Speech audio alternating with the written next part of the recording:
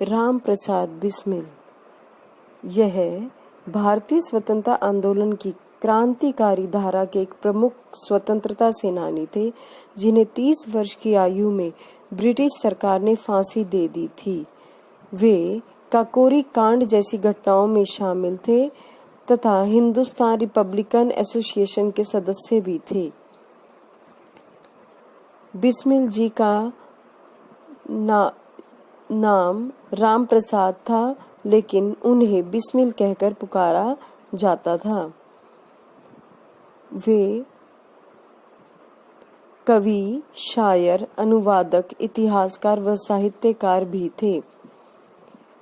बिस्मिल का अर्थ होता है आत्मिक रूप से आहत।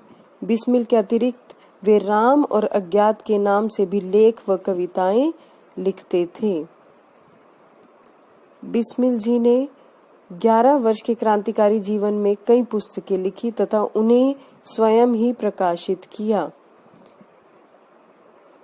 और इस प्रकार राम प्रसाद बिस्मिल जी ने देश को आज़ादी दिलाने में अपना विशेष योगदान दिया और अंत में उन्हें फांसी दे दी गई।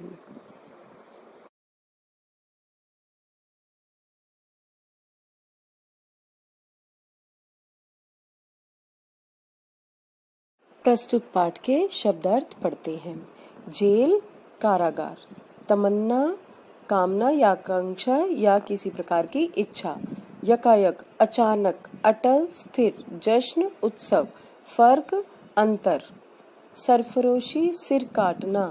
बाजुए कातिल, मारने वाले की ताकत। अफसोस, दुख। चंगुल, पकड़। अडिग, न हिलने वाला।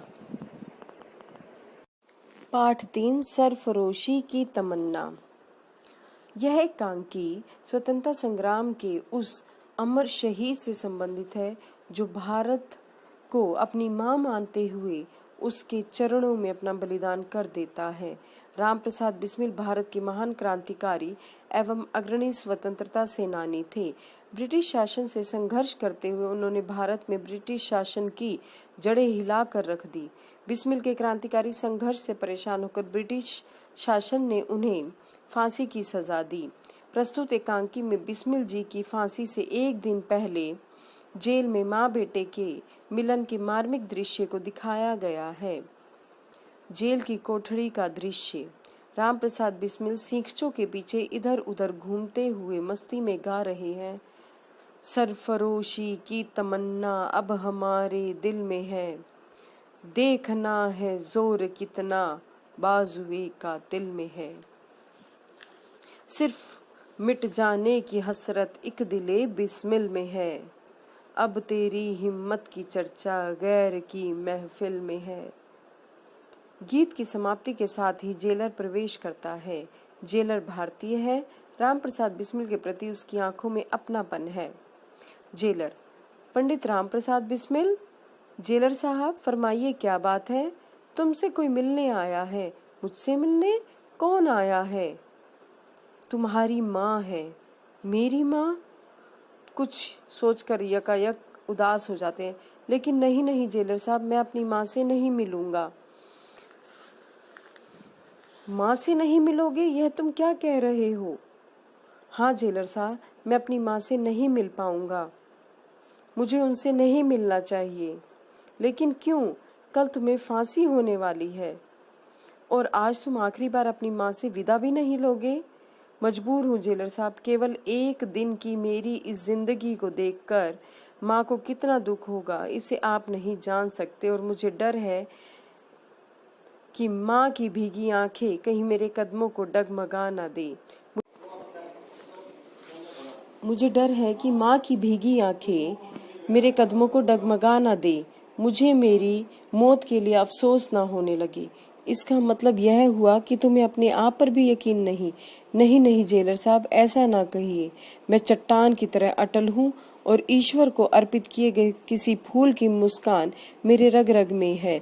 लेकिन तब भी जेलर साहब, माँ से मिलने की हिम्मत मैं नहीं जुटा पा रहा हूँ। क्षमा चाहता हूँ जेलर साहब, माँ से मेरी ओर से क्षमा मांग लेना। मैं उनसे नहीं मिल सकूंगा। क्या कह रहा है बिस्मिल?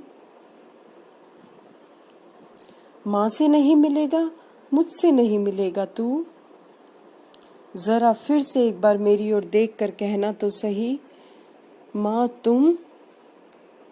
हाँ, मैं ही तो हूँ।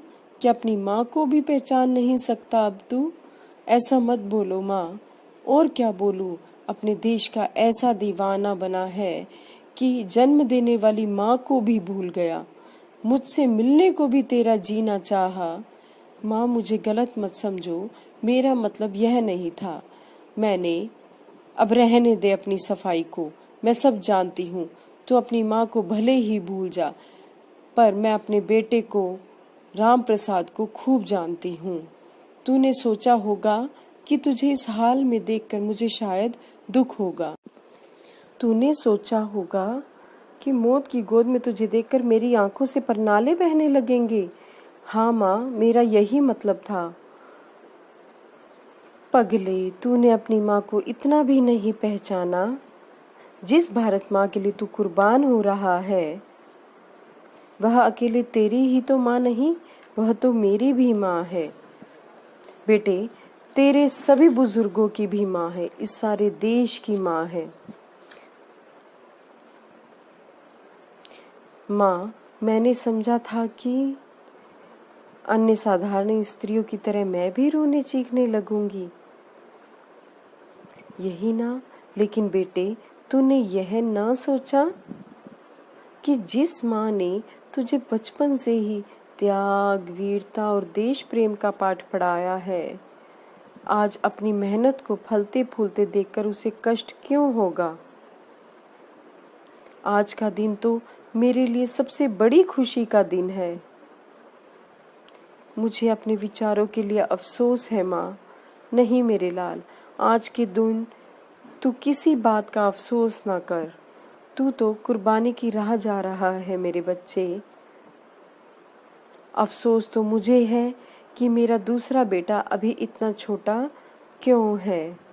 माँ, विश्वास रखो, तुम्हारे इस बेटे के बलिदान से अनेक राम प्रसाद पैदा होंगे, और तब वह दिन दूर नहीं होगा जब हमारा यह देश गुलामी के चंगुल से मुक्त होकर आज़ादी की सांस ले सके।